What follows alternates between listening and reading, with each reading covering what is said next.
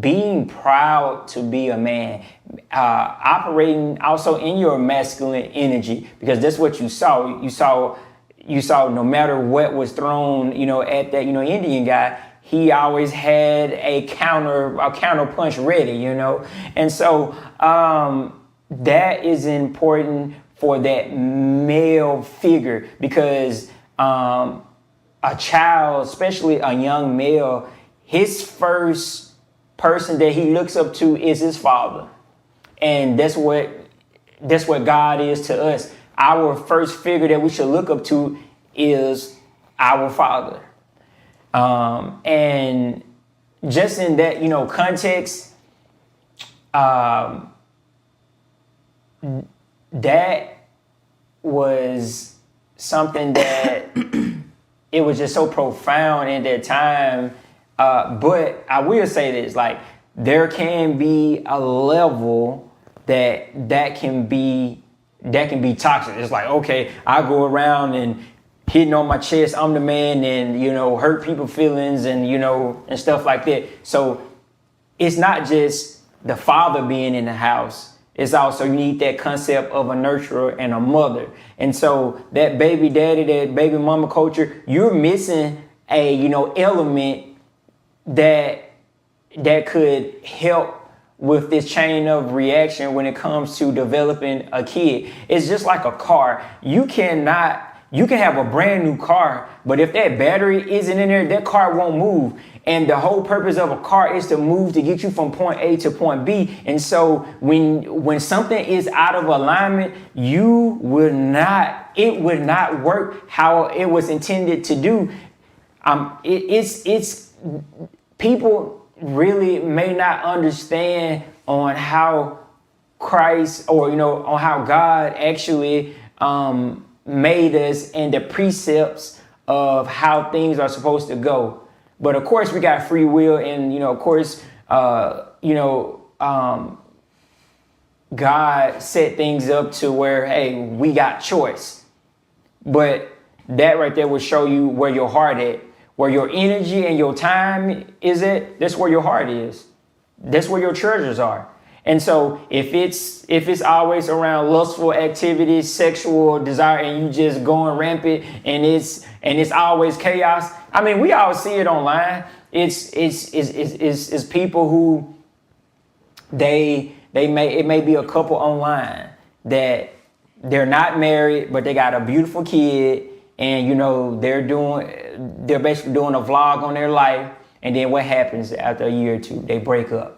Because there's no foundation. There's no foundation in Christ. There's no foundation in the love and the understanding of our roles as people, as humans, and things of that nature. Yes. So what you think, Mirakle? No, I completely agree. I mean, it makes me think about our Conscious Way quote. Do you want to read it? Yep. Okay. A two-parent home committed to each other and to God provides a spiritual covering. The enemy knows that if he weakens this covering, it becomes harder for the future generations to see a clear path to faith, purpose, and unity. Yeah. So again, it's everything that you were saying, from having that balance of a two-parent household, because I personally don't believe that masculinity or femininity in and of itself could ever be toxic. I don't believe that. I believe that the person coming into it, from what they think that those concepts mean, but don't have a clear understanding of, can make it toxic. But that in and of itself isn't. But there can be like the imbalance that you were talking about, where there's too much of one thing. Yep. Because like you said, the father brings like discipline and order and the confidence to take on different risks, whereas the mother brings on the nurture and the love and the kindness and the confidence to let you know that you can keep going after you fall, And so when you have one over the other, you can really miss important elements from that one parent that needs to be there to teach you those things, because it's very hard for example, for a single mom to raise a son, because she's not a man. Yeah. So at the end of the day, she can love her son and do everything she possibly can, but she's gonna have to find some type of male influence for that she trusts for that son, so he can have something like that in the future and be able to grow with different men that value those same concepts, hopefully rooted in Christ, because that's the whole point, you know. That's what the enemy want to do. It's to sever the husbands from the wife, because there is strength, there is unity, there is abundance, there is correction, there is a reproof, but overall there is Christ in the middle. And so and God, in the middle of that. And so they know that that 3-strand cord isn't easily broken, because that's the original intent. So if I take away the male or I sever the male from the wife, he's going to go out in the world searching for something that is carnal instead of eternal, because marriage is a covenant between that person who's getting married and God. And so that shows dedication, that shows communication, that shows I'm coming under subjection to your provision, your purpose and your vision for me, God. I'm coming under like I said, your protection. Once again, I think it's good to kind of reiterate those things, is because we tend to glance at things. And I want to say, I got to give a shout out to Pastor Mike Darnell at Excel Church. He, taught me, and of course the church, to instead of looking at something, but to gaze at it. To gaze at something means that you are putting in the time, you putting in the effort, you're exhausting your energy to replicate what is needed from God when it comes to what He wants us to do. So that thing that he said, this guy is saying about what Satan wants to do, as bad as it may sound, I feel like he has done it.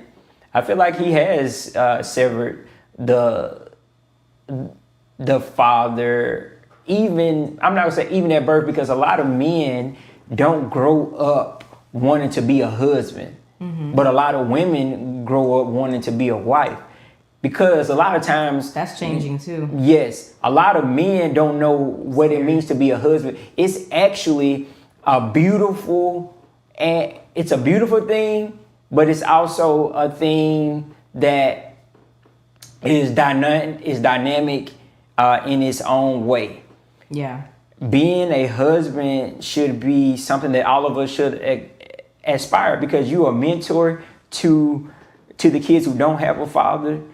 Us as men, it make us feel good that we can give this wisdom and these keys that God has given us, and this knowledge and wisdom and stuff, to someone who is lacking, because it was given to us.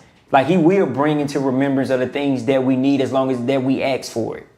And so that in itself is power. And I know that we have to have some type of strategy as us as men to come together, have some type of coalition, some type of rite of passage that will help fuel real followers of Christ, and understand that, like, hey, our Heavenly Father already gave us our marching orders.